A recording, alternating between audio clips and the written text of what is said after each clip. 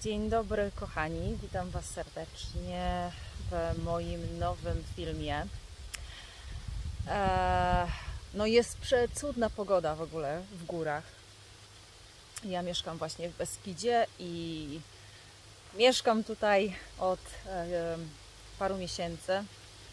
Oczywiście ta górska przestrzeń dla mnie to jest takie miejsce, które sama wybrałam sobie świadomie do życia i bardzo się z tego cieszę, że umiem i potrafię podejmować takie świadome decyzje, ale kiedyś tego nie potrafiłam i żyłam po prostu tym, co to życie mi dało. I jakby nieświadomie też wybierałam często i swoich również partnerów na przykład, nie, do życia. Jakby szukając czegoś cały czas na zewnątrz, brałam co mi to życie dawało, ale oczywiście po jakimś czasie gdzieś ta jednak świadomość we mnie była na tyle głęboka, że po jakimś czasie zawsze wiedziałam, że to nie to i zawsze bardzo ostrożnie i delikatnie stąpałam właśnie w tej przestrzeni relacji, aby za bardzo siebie nie oddać, bo też świadomie, pomimo tego, że gdzieś czasem brałam z zewnątrz to, co przychodzi, chcąc się nakarmić tym, chcąc dostać z zewnątrz tą miłość, to mimo wszystko po jakimś czasie takiego, myślę, naprawdę świadomego wglądu, jakby odrzucałam to, nie dając za dużo siebie. I dzisiaj właśnie ten temat, do którego chcę nawiązać i od tego właśnie zaczęłam tutaj od siebie, jest to tym, że dlaczego my zmieniamy ciągle partnerów. To będzie jedna rzecz, na której dzisiaj chciałabym się skupić, a druga, dlaczego my nie możemy sobie też poukładać tej relacji. I tutaj będzie, myślę, wiele różnych rzeczy takich, które ja widzę poprzez rozmowy z ludźmi, poprzez obserwacje, poprzez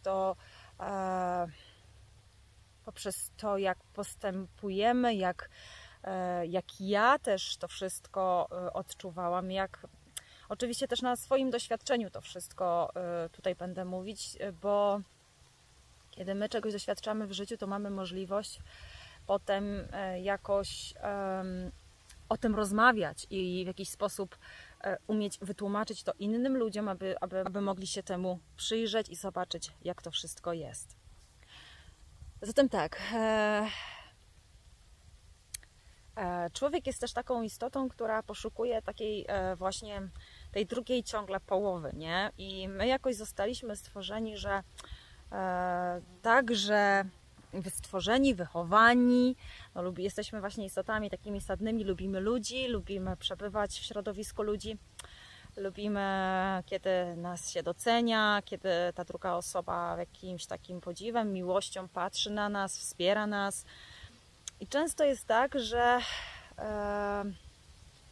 my wykształciliśmy w sobie takie, nie wiem czy przekonanie, ale takie uczucie, że właśnie to zawsze ta druga osoba, że ta miłość jest najważniejsza w ogóle, że ta miłość partnerska, relacja w ogóle, małżeństwo, że to jest w ogóle jakby takie, to jest taki numer jeden, nie? Żeby w ogóle być szczęśliwym, że jesteś ty, potem jest partner, potem są dzieci, rodzina i w ogóle w życie zaczyna być wtedy bajkowe, jak już ma się tą drugą osobę, bo można z tą osobą spędzać czas, można układać sobie życie, no i takie najlepiej nam się żyje, bo łatwiej, bo coś tam, bo finansowo i takie różne krążą wokół tego tematu historie. I niestety my popadliśmy w coś takiego, że to właśnie ta relacja, ten drugi człowiek ma to wszystko nam dać. Ma nam dać to ciepło, ma nam dać tą bliskość. Fajnie, jak nam da jakieś wsparcie jeszcze finansowe, jeszcze jak w jakiś sposób zaopiekuje się nami, nie? Tylko zobaczcie, często jest tak, że my tego wszystkiego szukamy na zewnątrz, tej miłości, tego uwielbienia takiego, nie? Tego docenienia, tej czułości, tej bliskości, tylko dlatego, że my nie mamy tego gdzieś w sobie, jakby wypracowanego. I często jest tak, że zmieniamy się na zewnątrz, nie? Czyli na przykład robimy sobie ciało w jakiś tam sposób, robimy sobie coś z tym wyglądem zewnętrznym, żeby być jeszcze fajniejszym. Podbudowujemy się poprzez naprawianie siebie w jakiś sposób. Ja bym to nawet nie nazwała naprawianiem, ale w jakiś sposób my się chcemy poprzez zrobienie czegoś, co nam nie pasuje w naszym ciele, mamy taką nadzieję, że my trochę też poczujemy się lepiej ze sobą, czy to piersi, czy to usta u kobiet, czy u mężczyzn włosy, czy jeszcze jakieś różne rzeczy. Ja nie mówię, żeby tego nie robić, bo jeśli ma Ci to pomóc, to jeśli będziesz się z tym czuć dobrze, to okej. Tylko ja jestem taką osobą, która do natury, do tego naturalnego piękna, do tego wnętrza, do tej pracy w sobie, ja ku temu chcę iść i o tym chcę zawsze rozmawiać i o tym mówię też na moim kanale, żeby zbudować to piękno, to pewność siebie w sobie. To kim jestem, jaki jestem, to poczucie takie, że ja jestem fajny z tym, kim jestem teraz, z tym wszystkim, co mam. Jakby jestem pełny. I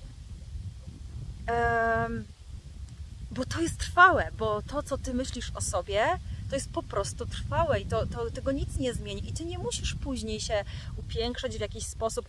Nikt nie ma na to wpływu też później na Ciebie, jak Ty czujesz się stabilnie wewnątrz, czujesz się dobrze ze sobą, na to, żeby też Tobą manipulować, żeby w jakiś sposób mówić Ci, co masz zrobić, jak masz wyglądać, bo tej osobie się coś tam może nie podobać. Nawet jak Cię ktoś skrytykuje i powie, że masz za mało tam, tu jesteś nieatrakcyjny do końca, tu masz jakieś coś do naprawy, to Ty czujesz się po prostu ze sobą bardzo dobrze, bo tu w tym wszystkim chodzi o to, że Ty masz sam siebie polubić w tym, kim jesteś. Kim jesteś obecnie, teraz. Bez względu na to, co inni o tym mówią. Ale żeby to zrobić, to trzeba siebie trochę poznać. I właśnie do tego są stworzone i te wszystkie kanały na YouTubie, i te wszystkie informacje, jeśli jesteś w tym takim rozwoju i chcesz się tak rozwijać bardziej ku sobie, ku swojej drodze, ku takiemu szczęściu, które wypływa z wewnątrz, to na pewno masz szansę zobaczyć siebie i odzyskać siebie w pełni.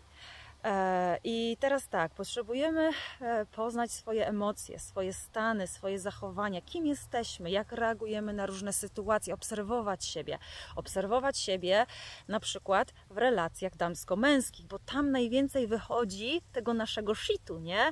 Czyli tych wszystkich traum, tam najwięcej wychodzi tych naszych braków, tam najwięcej wychodzi, kiedy potrzebujemy jakby tej uwagi, atencji, kiedy my przyklejamy się do drugiej osoby, kiedy my jesteśmy uzależnieni od tej drugiej osoby, od komplementów, od uwielbiania nas w jakiś sposób.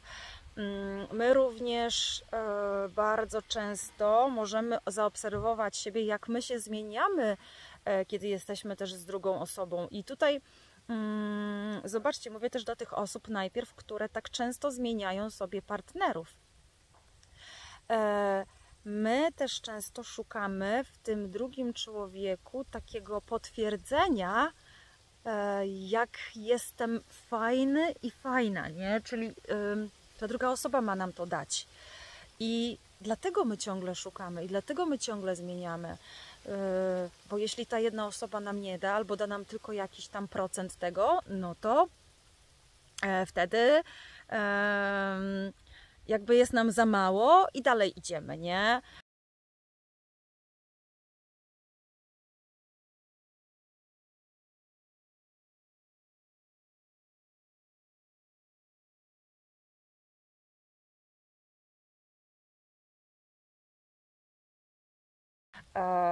Gdzieś też chcę powiedzieć, że te relacje, tak, które się zmieniają i często kiedy zmieniamy tych partnerów, mamy szansę też zobaczyć, co nam też oczywiście nie pasuje w tym partnerze, co nam nie pasuje ze sobą, że my coś w jakiś sposób też z tym człowiekiem nie najlepiej, nie najfajniej się czujemy, więc w jakiś sposób mamy też możliwość odejść z tej relacji i poszukać kogoś aż do skutku, nie? I tak będziemy się uczyć od tego każdego nowego człowieka jakichś naszych nowych informacji o sobie. Dostaniemy dużo informacji. Jeśli się dobrze zaczniemy przyglądać temu, to ta osoba da nam tą informację zwrotną.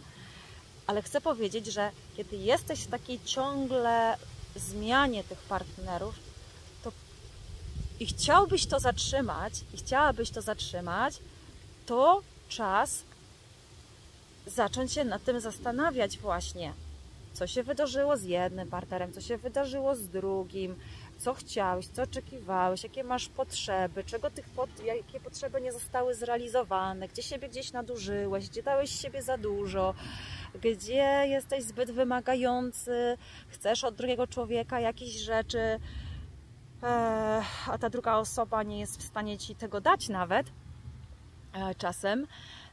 I zmieniasz, i idziesz, i szukasz, nie?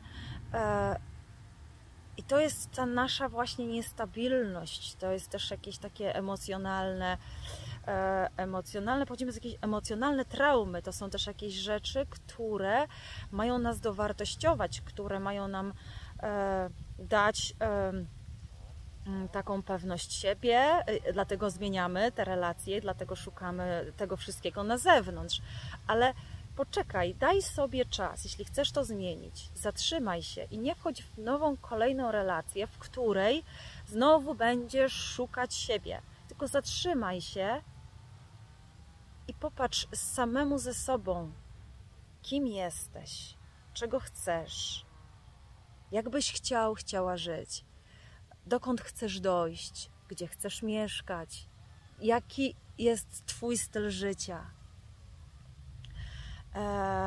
Jak się czujesz w różnych miejscach, w różnych sytuacjach, jakbyś chciała na siebie patrzeć, jakbyś chciała siebie czuć, i wtedy masz taką szansę poprzyglądać się sobie. Ważne jest też to, żeby powrócić trochę, nawet nie trochę, ale wejść trochę głębiej w siebie i powracać do przeszłości, która niesie za sobą ogromną historię i też mówi wiele o tobie. Zobaczyć, jak to było w twoim rodzie, jak to było w twojej rodzinie, jakie relacje miała twoja mama, twoja babka, twoja prababka. Ja myślę, że to bardzo ważne jest u kobiety, od strony mamy, kobiety, nie? A u mężczyzn, ale to tylko takie moje rozpoznanie, mężczyźni, czyli jak tata, taty pokolenie, znaczy taty, dziadek i tak dalej, ale też ważne jest, z jakimi mężczyznami ty się wychowywałeś, nie? Jeśli nie było taty. A u kobiet, z jakimi kobietami miałaś do czynienia, nie? Kiedy dorastałaś. I tam się wykształcił jakiś schemat. I tam jest prawdopodobnie powtarzana jakaś historia, nie? I dlatego często my powtarzamy to, czyści się to w nas, no bo kolejne pokolenie zawsze moim zdaniem coś nowego wnosi, coś nowego się tam zmienia, coś nowego modernizuje, jakby zmienia, coś się czyści, coś wychodzi po to, żeby ku tej miłości, ku własnemu rozwojowi, ku takiej samodzielności, ku szczęściu wewnętrznemu. Ja tak myślę, że wszyscy idziemy ku temu. Każdy człowiek, tylko jesteśmy na różnych etapach tego całego rozwoju i trzeba się temu przyjrzeć. I powtarzanie tego wszystkiego, podjąć takie świadome działanie, że ja już samodzielnie chciałabym albo chciałbym z tym popracować, nie? I od tego są różne techniki, różne spotkania, różne terapie, różne rozwojowe, jakieś tam. Możesz to zrobić też na własną rękę. Ja na przykład bardzo dużo samodzielnie, sama ze sobą pracuję.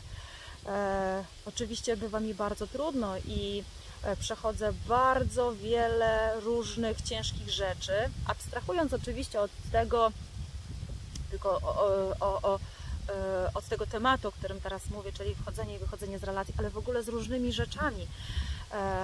I nawet będąc w relacji takiej stałej, ja również zauważam rzeczy, które są bardzo trudne, które są czasem tak ciężkie, które powodują emocjonalny ból, napięcie, gdzie muszę pewne rzeczy podjąć decyzję i zmienić ten schemat powtarzający się również z mojego rodu. I to wymaga czasem niesamowitego takiej też akceptacji, ale też takiej wewnętrznej mocy, że ja chcę to zrobić, takiej wewnętrznej, głębokiej intencji, że ja potrzebuję to zmienić. U mnie jest ta intencja. I przeżywam wielokrotnie różne katusze z tymi zmianami, no bo to jest naprawdę trudne. Żeby wyjść z tych starych schematów, to trzeba coś odpuścić. Ale żeby to odpuścić, to czasem trzeba się napocić i czasem to bardzo boli. Trzeba zrobić miejsce, żeby to stare wyszło, a nowe przyszło. I ta zmiana, ona wywołuje dyskomfort niesamowity.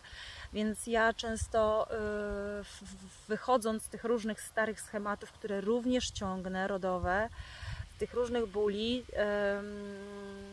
czasem po prostu jestem nimi wykończona.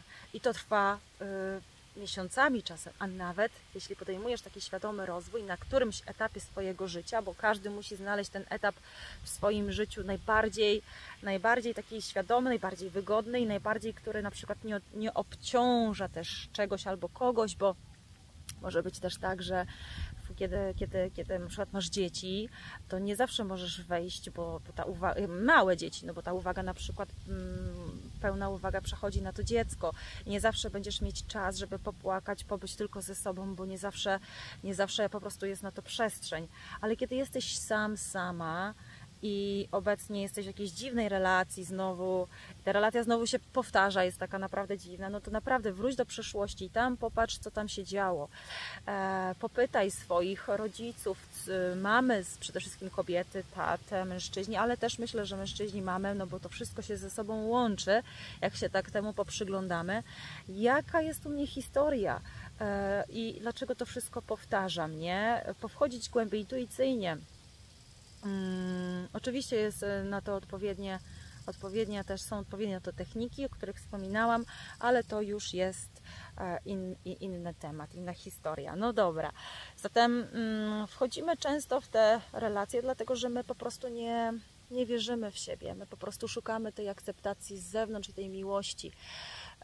Ten stary schemat się powtarza, my w kółko wchodzimy w jedną relację, nie nauczyliśmy się, druga relacja, nie nauczyliśmy się, trzecia relacja i te relacje będą się powtarzały po to, aż w końcu kliknie i zrozumiemy, dość, stop szukania gdzieś na zewnątrz tego wszystkiego, bo mnie to ciągle rani. Zobaczcie, ile energii poświęcamy, wchodząc w jedną relację, tutaj coś zaczynasz budować, tutaj coś się zmienia, tutaj inwestujesz swój czas, jesteś w bliskim kontakcie, często na przykład seksualnym, emocjonalnym z jakąś osobą i za chwilę to się kończy, po 3 miesiącach, 4 miesiącach, a tam historia się jakaś zapisuje znowu w tobie, w twoim ciele. Też tutaj na przykład mówię do kobiet, bo zobaczcie, sypianie z różnymi mężczyznami, nie dość, że powoduje tam ogromny chaos, my bardzo energetycznie przyjmujemy to, co nam mężczyzna daje. My energetycznie przyjmujemy to, co też on czuje, w jaki sposób on postępuje i my niestety często sami sobie robimy chaos w swoim ciele, na przykład my kobiety, nie? Zobaczcie, kontakt seksualny z mężczyzną wywołuje pewne emocje, połączenie energetyczne, emocjonalne. Tam się tworzy zapis w nas przecież. Przecież nie możesz zapomnieć z dnia na dzień o jakiejś tam nawet krótkiej historii seksualnej. nie zawsze możesz dać sobie radę z kolejnym rozstaniem i z kolejnym, i z kolejnym, i z kolejnym, i w kółko to samo.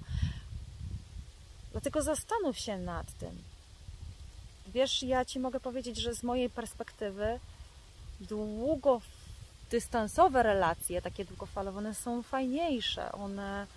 One są przede wszystkim...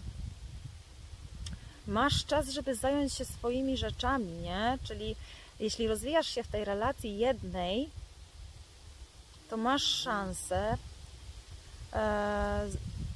bardziej skupić się na sobie wewnętrznie, na tym właśnie wewnętrznym rozwoju. No bo jak Ty ciągle skaczesz od do, to co znowu coś zaczniesz, tu za chwilę coś nie wyjdzie, znowu czegoś szukasz i ciągle jesteś w poszukiwaniu, no, znowu kogoś. A czasem stała relacja pozwala Ci wejść głębiej w siebie. Albo nie wchodząc w ogóle w żadną relację na początku, masz możliwość, musisz sobie dać też czas i takie powiedzenie dość, nie wchodzę. I dać sobie czas na to, żeby właśnie wewnątrz siebie poszukać tego, czego Ty szukasz, tej miłości, tego docenienia siebie. Ty nie musisz się zmieniać dla kogoś. Miej świadomość tego, że Ty masz robić rzeczy, które są dobre dla Ciebie, a nie dla kogoś. Bo kiedy Ty będziesz robić coś dla kogoś, to niestety, ale będziesz się z tym wszystkim męczyć. I cały czas będziesz oczekiwać i cały czas będziesz szukać potwierdzenia tego, co ktoś robi. My się gubimy wtedy w tym.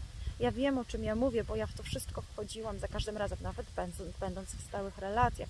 Kiedy ta nasza uwaga jest ciągle skierowana na zewnątrz, to ten kontakt ze sobą jest bardzo słaby. To ten kontakt ze sobą jest niestety ciężki, trudny, bo uwaga na zewnątrz powoduje i szukanie tej atencji, też bycia dla kogoś. Oddalamy się od siebie, od swojego serca, swojego czucia ciała, a my kobiety intuicyjnie na przykład bardzo wiemy, co jest dla nas dobre, tylko my często mamy tak zerżnięty ten mózg, powiem szczerze, trochę tą toksycznością i tymi trudnymi jakimiś historiami życiowymi, rodowymi, doświadczeniami, że my po prostu to, co zostało w nas wpisane, my po prostu podążamy za tym schematem, nie? Trzeba się z niego jakby wykręcić w odpowiedni sposób, aby już sama świadomość tego daje nam wgląd głębszy w siebie i my mamy możliwość się zatrzymać i zobaczyć, co ja tu znowu powtarzam, jaką historię. I dopóki Ty nie zbudujesz siebie takiej mocnej wewnętrznie, na przykład kobieta, mężczyzna, siebie stabilnego, to niestety to szczęście będzie cały czas pochodzić z zewnątrz i ono będzie krótkotrwałe. To jest takie, wiesz, dzisiaj Ci coś da, się fajnie czujesz, dostaniesz coś, co chcesz, ale jutro już tego nie dostaniesz i może być kiepsko, nie? Z Twoim samopoczuciem. Więc wchodzenie i wychodzenie to jest naprawdę energetycznie bardzo ciężkie, ale też oczywiście uczymy się z tych relacji, to nie mówię, że nie, bo na pewno musimy przejść pewną drogę, osoby, które mają taki schemat i taką historię, jeśli Wy to zobaczycie, że takie rzeczy się dzieją, nie? Że po prostu to mnie nauczyło, że fajnych rzeczy o sobie się dowiedziałam, kiedy wchodziłem i wychodziłem, ale w którymś momencie trzeba to już przerwać i zakończyć i gdzieś zatrzymać się, popracować ze sobą, żeby może wejść wreszcie z tej pozycji miłości w tą relację, nie? Wejść w pozycji takiej głębokiej wiary w siebie i poczucia że wiem, kim jestem.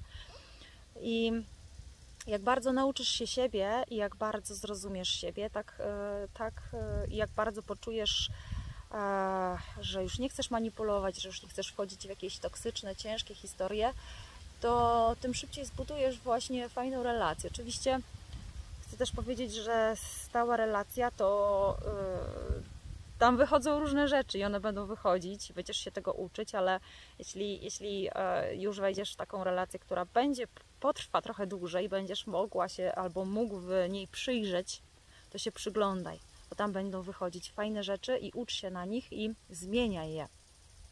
Co robisz, jak robisz, dlaczego odchodzisz, dlaczego Ty ciągle na przykład, bo poznasz fajnego człowieka i znowu się pojawi schemat, nie no, muszę skończyć, bo coś mi tam nie idzie, muszę zerwać, bo znowu albo właśnie nie mogę wytrzymać z akceptacją czegoś, albo nie mogę sobie z czymś poradzić, i znowu pędzę do tego, żeby zmienić, bo tam to dostanę, nie?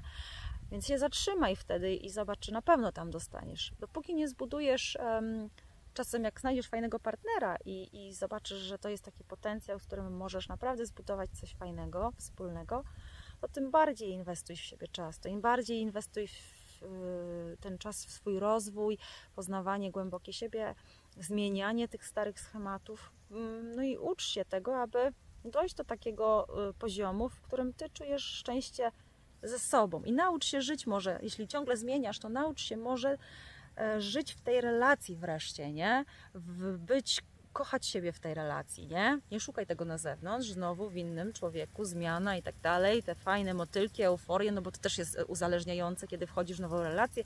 Przez 3 miesiące jest fantastycznie, bo my się często uzależniamy od tego fajnego, lekkiego zauroczenia, zakochania przez te pierwsze kilka miesięcy i często my wychodzimy z tej relacji, bo tam się zaczynają poważne rzeczy. Wychodzimy, bo już sobie nie radzimy, nie akceptujemy i wchodzimy znowu za chwilę z nową relacją, znowu są motylki i tak fajnie. Możemy tak bez końca. Ale spróbuj się zatrzymać i w tej relacji właśnie stałej może zbudować coś fajnego i wartościowego, czyli zatrzymuję się i już nie zmieniam i właśnie wchodzę w te ciężkie rzeczy, w te rzeczy, które wychodzą, w te problemy wasze relacyjne, a te problemy wynikają z naszych przekonań, nie? Zwykle. Więc wchodząc coraz głębiej w relacji właśnie, takiej już stałej, masz możliwość może wreszcie zaakceptować różne swoje zachowania, zobaczyć różne reakcje i jakby przyjąć je, popracować z nimi i kontynuować tą relację, a nie ciągle ją zmieniać. To jest jedna rzecz. A druga, to co powiedziałam, jeśli wciąż jesteś w poszukiwaniu partnera, już długo nie masz tego związku i tej relacji, to ja bym też tutaj osobiście zastanowiła się nad tym, jak ja mogę popracować ze sobą, bo tam jest coś, jeśli nie masz tej relacji, gdzie to cię blokuje. Nie? I to nie są tylko czasem, że ty nie masz czasu, na przykład, ale gdzieś wewnętrznie ty jesteś odłączona od siebie i ty nie zbudujesz fajnej relacji. Tam będzie również oczekiwanie, tam będzie również pragnienie miłości, żeby ta druga osoba ci zaspokoiła twoje potrzeby jakieś, ale też i twoje jakieś rzeczy, nie? Jakieś widzimisię czasem, ale czasem nie tylko widzimisię, ale jakieś takie głębokie uczucie. Może ty jeszcze na tyle siebie nie kochasz, że będziesz za bardzo siebie oddawać w tej relacji i ty nie masz tej relacji dlatego jeszcze. Albo jesteś na tyle nieświadomy, nieświadoma, że gdzieś będziesz nadużywać tej drugiej osoby, jakby nie będziesz nawet widzieć tego, nie? Albo może twój stan emocjonalny jest teraz na tyle niestabilny, że nie umiałabyś utrzymać tej relacji. A może w jakiś sposób nie chcesz się dalej rozwijać, znaczy nie chcesz się, każdy się chce rozwijać, myślę, w jakiś sposób, każdy chce mieć szczęśliwe życie, tylko nie wie, jak to zrobić, ale jeśli może wejdziesz na taki etap, w którym będziesz się doszukiwać, nie? Jakby nie zwalać winy na partnera, że to w jakiś tam sposób to on jakby coś tam było już, jakbyś już kogoś spotkała i przestaniesz jakby przerzucać na niego, czy tam na nią, jakby świadomie zaczniesz pracować ze sobą wewnętrznie, no to wtedy też masz możliwość utrzymać tą relację. I czasem my nie jesteśmy tego świadomi, nie jesteśmy w tej relacji. Często jest tak, że w naszym rodzie na przykład mama gdzieś nas tak zblokowała u kobiety, załóżmy, powstała jakaś taka rana, w której boimy się wchodzić w te relacje, nie? Na przykład mama nie chciałaby, żebyśmy wchodzili w jakieś relacje. Może też tak być. Albo nie było taty obecnego i to życie takie było bardzo trudne nasze, na przykład. Też tutaj mówię u mężczyzn. Gdzieś ten mężczyzna poszukiwał siebie w swoim świecie. Brak też, myślę, takiej matczynej miłości, wsparcia u mężczyzn, załóżmy, nie? Jak jest mężczyzna, urodzi się, czy chłopiec, i tak, tata odchodzi, mama na przykład sama zostaje, jest niestabilna emocjonalnie, ma różne jakieś problemy ze sobą też i ty jako chłopiec musisz mieć odpowiedzialność za ten dom, wspierasz tą mamę, bierzesz odpowiedzialność za nią. I ty też będziesz szukał w świecie też tego taty poprzez różne czasem i używki, poprzez seks, poprzez wchodzenie w różne sytuacje. Nie będziesz siebie widzieć ani czuć i cały czas gdzieś będziesz w poszukiwaniu w tym świecie tego siebie. Też będziesz wchodzić może w różne właśnie sytuacje, relacje, które nie będą kończyły się taką fajną, długoletnią, w której ty możesz się po prostu rozwijać, nie? No i właśnie często, kiedy nie mamy też tych relacji, to musimy pewien etap przejść. Musimy być tego świadomi, że my musimy się jakoś rozwinąć wewnętrznie i to życie czasem będzie nas rozwijać dla tych nieświadomych. Dla tych nieświadomych to życie czasem będzie nas tak rozwijać, że będziemy musieli się tutaj czegoś nauczyć, pewne rzeczy zrozumieć, żeby wejść w ogóle w tą relację, a czasem, kiedy już jesteś świadomy, to ty sam już będziesz prowadzić tą swoją siebie, będziesz prowadzić poprzez takie doświadczenia,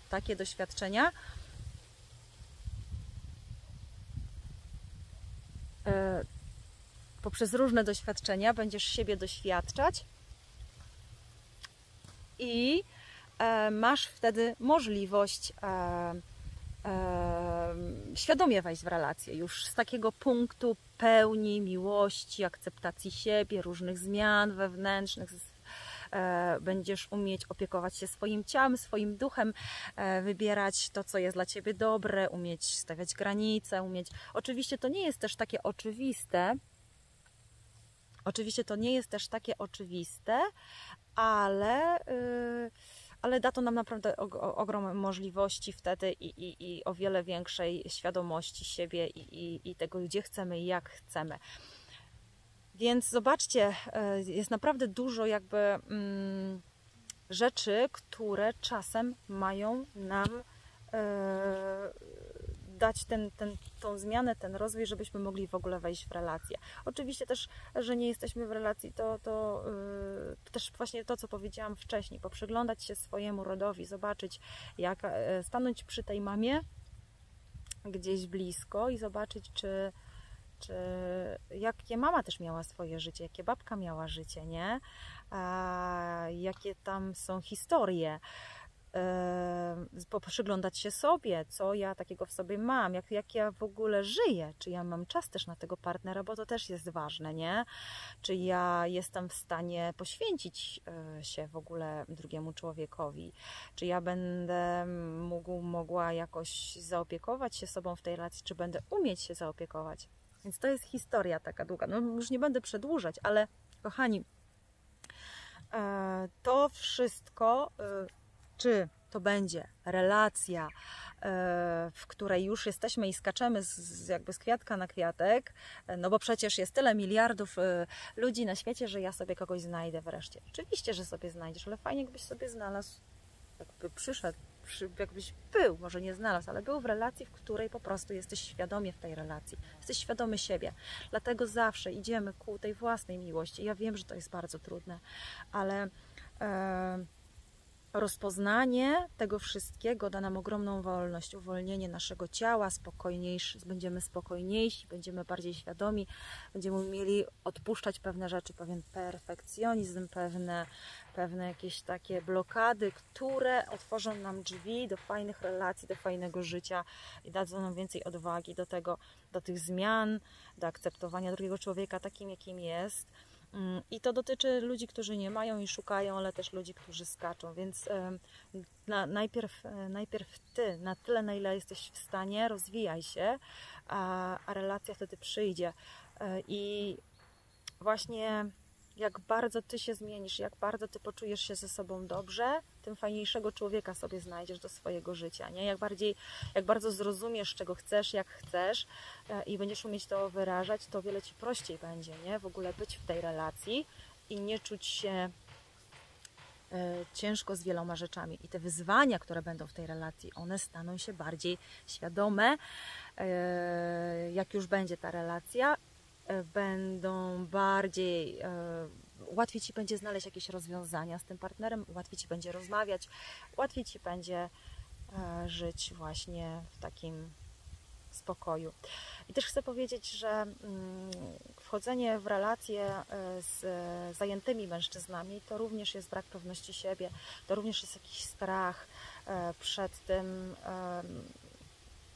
tym jakim, jakby żeby wejść w taką długodystansową relację. Mnie to pokazuje, że właśnie wchodzenie z żonatymi albo zajętymi mężczyznami, to również chcemy być tymi osobami, które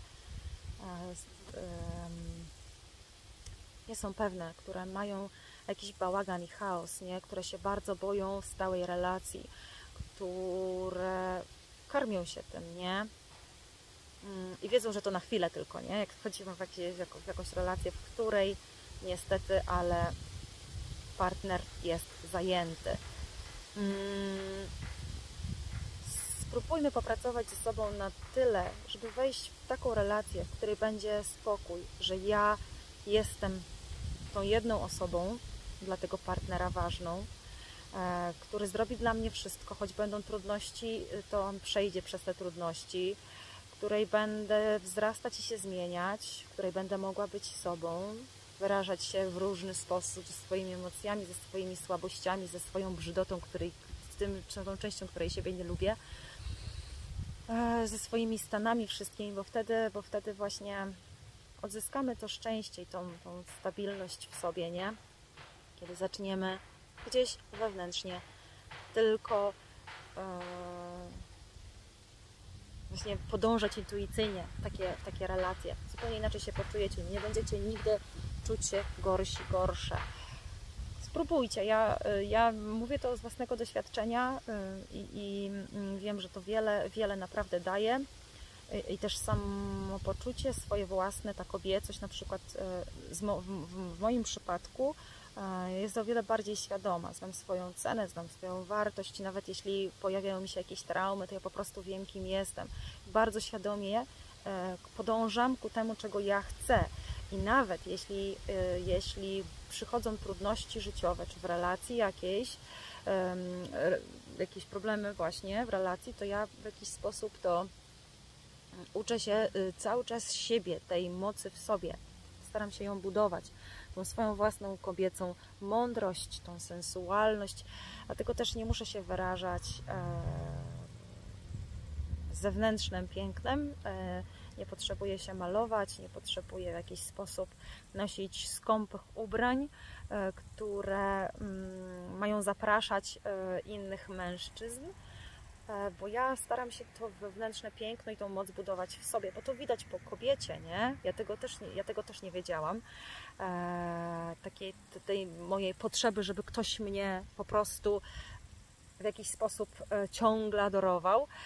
I myślałam, że właśnie ten wygląd zewnętrzny, malowanie włosów, krótkie, skąpe ubrania, czy w jakiś sposób ciągle jakieś nie wiadomo jakie wyszukane i ciągle upiększanie się z zewnątrz, że to o to w tym chodzi. To nie o to w tym chodzi.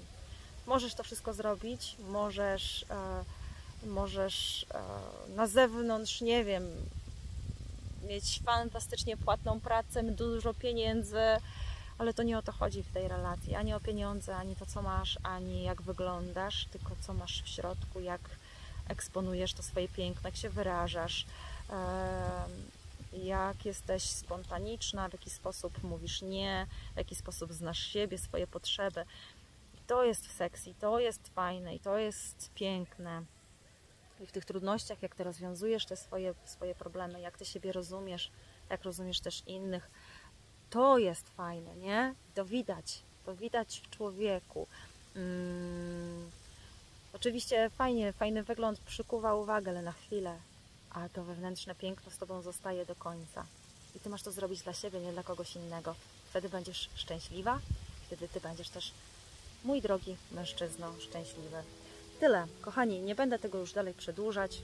Mam nadzieję, że może być to dla Was ciekawe, pomocne. Dajcie lajka, udostępniajcie, jeśli chcecie. Zapraszam też do mnie na sesję, możemy przegadać Wasze rzeczy, Wasze tematy, które są dla Was istotne. Jeśli chodzi o takie sesje, to one robię je online, trwają od godziny do 1,5 godziny, w zależności od tematu. Kwestia dogadania się co do szczegółów. Można kontaktować się ze mną przez Instagrama, Facebooka.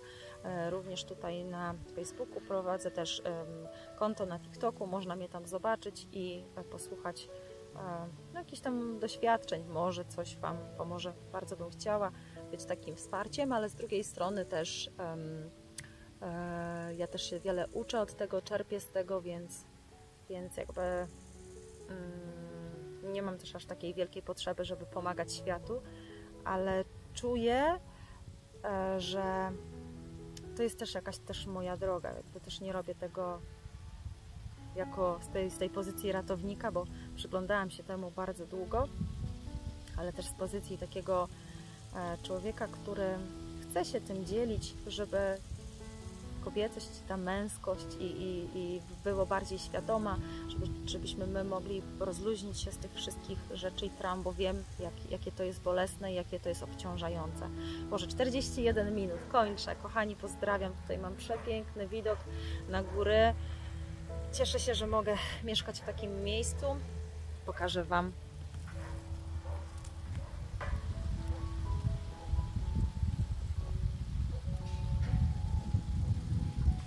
Tyle, trzymajcie się, ciepło, pozdrawiam, cześć, subskrybujcie mój kanał.